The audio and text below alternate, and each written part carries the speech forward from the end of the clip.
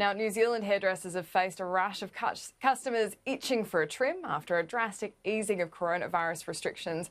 Let's go live to our New Zealand correspondent, Jackson Williams, who's been getting his hair cut himself. Jackson, New Zealanders had to forego haircuts for almost 2 months.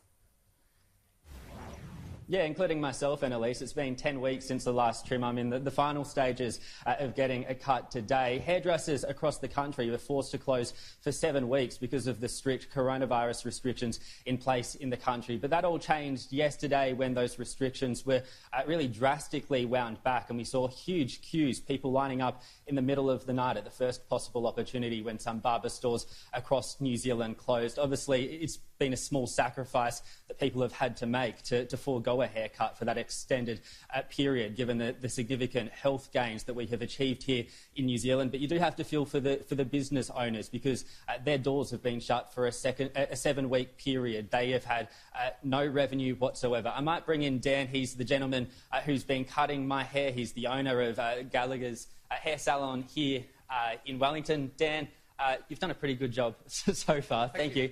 It's obviously been a tough couple of months for you, hasn't it? Oh, it's been difficult, yeah.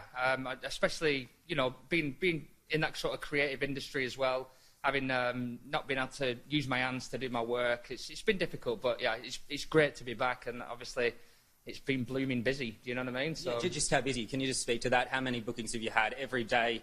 Is it just flat out at the moment? Well, I've decided to spread my clients out a little bit more. So rather than giving half an hour, 40 minutes for some of the cuts, I've been giving an hour just to be able to get my cleaning down and just get everything together, and just to give that little bit of extra service as well. So, yeah, I've been doing 11-hour days, so, 11 haircuts a day. Yeah, but that's what I do. I love it. So, yeah, it's great. And obviously, it wasn't an easy choice that the government made to basically force businesses like yourself to close down for 7 weeks. But can you understand why it was necessary? Absolutely. I mean, discussing with one of my clients this morning about wearing masks and the close proximity. I can't cut hair without getting right in there. So, I'm always going to have really close proximity with my clients. So for me, I think, yeah, I do understand, and I'm glad we that those decisions were made like they were, for myself and for everybody else, so that we can get right back in now and, yeah, chomping at the bit.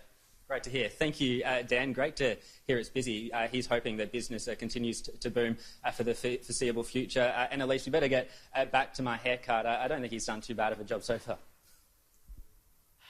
So this isn't the finished product, Jackson. Can you tell us, what are you asking him for?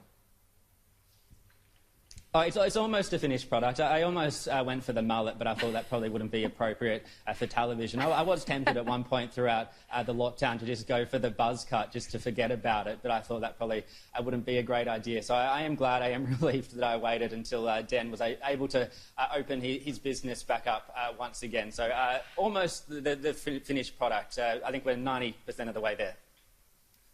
Excellent. Well, we'll check in next hour to see the finished product. I'm putting my money on a mullet. I reckon you should give it a go, but